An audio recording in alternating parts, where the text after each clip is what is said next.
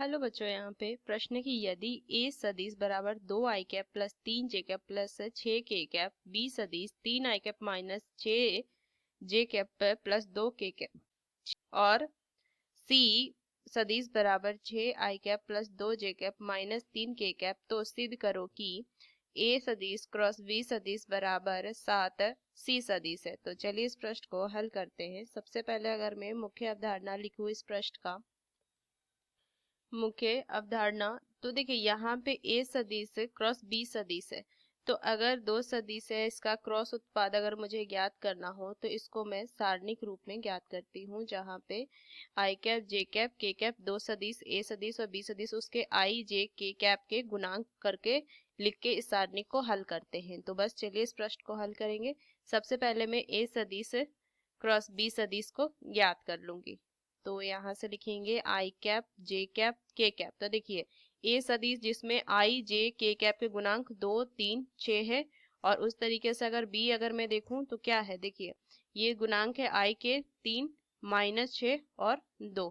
इसको हल कीजिए तो यहाँ से क्या हो जाएगा, आई कैप गुना में 6 माइनस माइनस प्लस 36, ये हो जाएगा माइनस में के जे कैप, और यहाँ से मान हो जाएगा 4 माइनस में 18, फिर जोड़ में के कैप, मान कितना आ जाएगा माइनस में 12 माइनस में 9, तो मान कितना आ गया 36 और 6 जुड़ जाएगा तो 42। 42 आई कैप मान कितना हो जाएगा माइनस में 14 और माइनस माइनस प्लस में 14 जे कैप, ये मान कितना हो जाएगा माइनस में 21, तो माइनस में 21 जे कैप, ये लिखेंगे। ये आ गया मेरा ए क्रॉस बी, मतलब कि ए सदिश क्रॉस बी सदिश का मान, जोड़ में 14 जे कैप माइनस में 21 के कैप।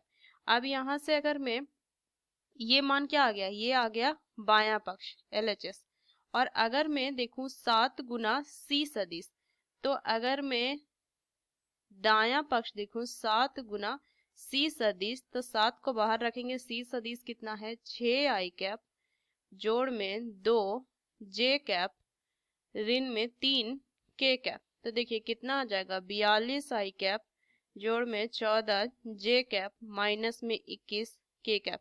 तो देखिए यहाँ से जो दायां बायां पक्ष है वो दायां पक्ष के बराबर आ गया, और यही मुझे सिद्ध करना था, ये सिद्ध करना था। तो इस मुख्य अवधारणा का इस्तेमाल करके मैंने इस प्रश्न को हल किया।